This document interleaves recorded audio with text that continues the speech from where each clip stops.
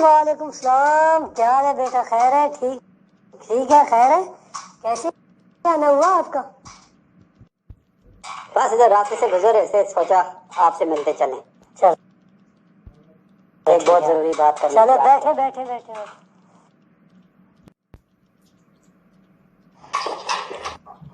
और क्या हाल है? कैसा है आपका? काम शाम कैसा है?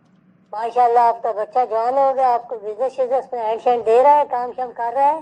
माशाल्लाह मेरा बेटा बहुत ही अच्छा है, काम कारोबार में भी हाथ बटाता है और शॉप भी सुबह जाके यही खोलता है।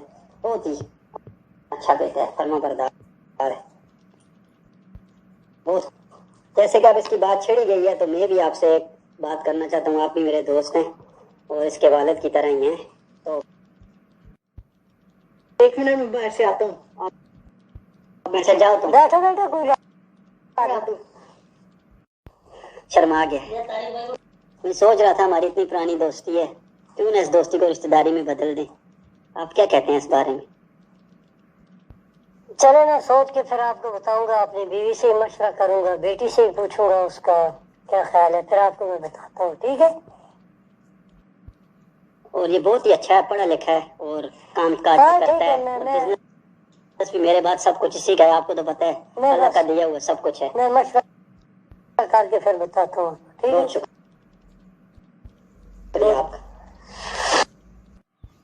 अच्छा देखो, इस तरह कि आज वो दोस्त है ना मेरा हबीब, और उसका बेटा पप्पू साहब, जो बिजनेस मैन है, जिनकी फैक्ट्री है, तो वो आया था डालडे की, जिनकी फैक्ट्री है और जिनकी दुकानें हैं बाजार में। वो अपने बेटे का रिश्ता मांगने के लिए आया था, तो मैंने उसे बोला मैं अपनी बीवी से मशवरा करके और बेटी से पूछ के बताऊंगा। आप क्या कहती हो? हाँ ठीक है, वो आपका दोस्त है, लेकिन बच्ची ने सारी जिंदगी उसके साथ गुजारनी है। वो जो मेरा भांजा है ना, वो इसके पप्पू का दोस्त है। हाँ मैं उसे घर बुला लेती हूँ। हाँ मैं उसे घर पे बुला लेती हूँ, उससे पूछ लेते हैं बच्चा ठीक है, सिगरेट तो नहीं पीता या कोई जुआ को नहीं खेलता, उससे सारी इंफॉर्मेशन ले लेते हैं। अब अभी आप अपने भांजे को फोन करो और उसे अभी बुला लो। खाला आपने मुझे कॉल की थी, कैसे मुझे कॉल की? सब ठीक है? हाँ मैंने तुम्हें कॉल की थी, एक काम था।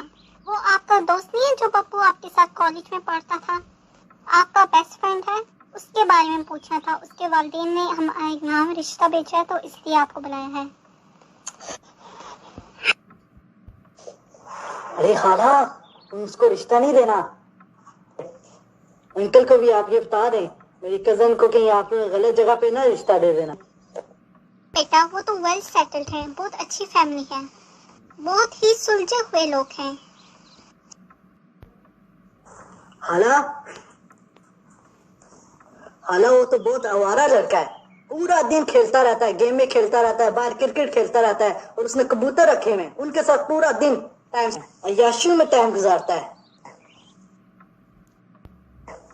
घर आधी आधी रात जाता है, कहीं में 2-3 बज जाते हैं उसको आने में। चलो बहुत शुक्रिया, ये तो अच्छा हुआ मैंने आपसे पूछ लिया। मैं आपके अंकल से बात करती हूँ। हाँ मेरी बात हुई थी मेरे भांजे से, वो उसके हक में नहीं है, बोलता है कि आवारा लड़का है। तो शादी के बाद ना सुधर ही जाते हैं लोग, तो वेल सेटल है, बिजनेसमैन है, हमारी बच्ची का भी टाइम अच्छा गुजर जाएगा, शादी के बाद खुद अपने घर आ ही जाएगा। तो मैं तो कहता हूँ हाँ कर दे। कि मैं आपके साथ हूँ, जैसा आप सोचें। After marriage. बेगम क्या पका हुआ है? अरे आपको खाने की पड़ी हुई है, आप अभी आए? आधी रात हो गई है, क्या आपने रोटी बनाई हुई है? 6 महीने हो गए शादी के, आपको ना दिन का पता है ना रात का। आप रात के 3 बजे मेरी नींद खराब कर दी। आपसे कौन सी स्मेल आ रही है? आप शराब पीना भी नहीं छोड़े? किधर होते हैं ना आप दिन में ना रात को? अब मैं आपको क्या पका कर दूं? खाना खाना कुछ नहीं है, हर रोज आ जाते हो अरे भग भग न कर, रोज मुझे सबक देती रहती है। उठो खाना दो, भूख लगी है, वरना जाओ घर को। ना माना कुछ नहीं है, हर रोज आग जाते हो शराब पीकर। मुझे भी मेरे माँ बाप ने क्या देखकर आपसे ब्याह दिया। मुझे नहीं चाहिए ये जिंदगी। अगर खाना नहीं देती और मेरा ख्याल नहीं रखती तो मुझे भी नहीं चाहिए ऐसी बीवी। निकल जाओ मेरे घर से। मैं तुम्हें तलाक देता हूँ अभी के अभी। जाओ।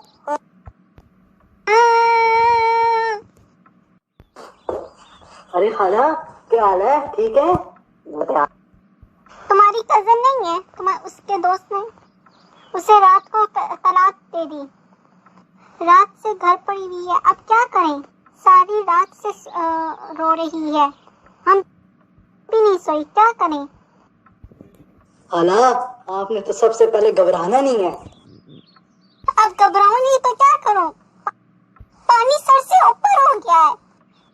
मैंने तो आपको पहले ही कहा था इस लड़के को ना दो, मगर आपने मेरी बात सुनी नहीं।